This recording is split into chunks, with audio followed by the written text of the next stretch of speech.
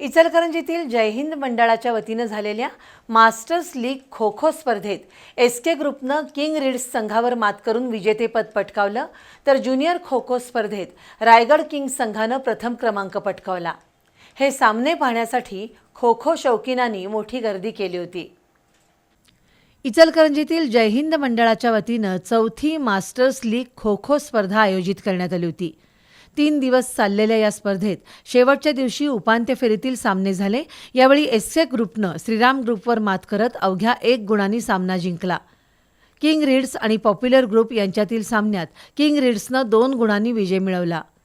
Shriram group विरुद्ध popular ग्रुपमधील सामन्यात श्रीराम ग्रुपनं तृतीय क्रमांक प्राप्त केला, तर किंग रीड्स आणि एसके ग्रुप यांच्यातील अंतिम सामन्यात एसके ग्रुपनं विजेतेपद पटकावलं।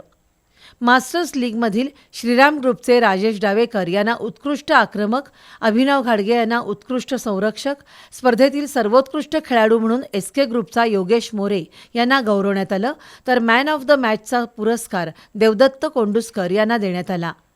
दरम्यान ज्युनियर खो खो लीग स्पर्धेत रायगड किंग्सनं प्रथम, शिवनेरी योद्धा द्वितीय, पन्हाळा सोल्जर्स तृतीय आणि पुरंदर फायटरनं चतुर्थ क्रमांक मिळवला, तर स्पर्धेतील सर्वोत्कृष्ट खेळाडू म्हणून विकास देशमाने, उत्कृष्ट आक्रमक शरद घाडगे, उत्कृष्ट संरक्षक योगेश मंचिकट यांना बक्षीस मिळालं।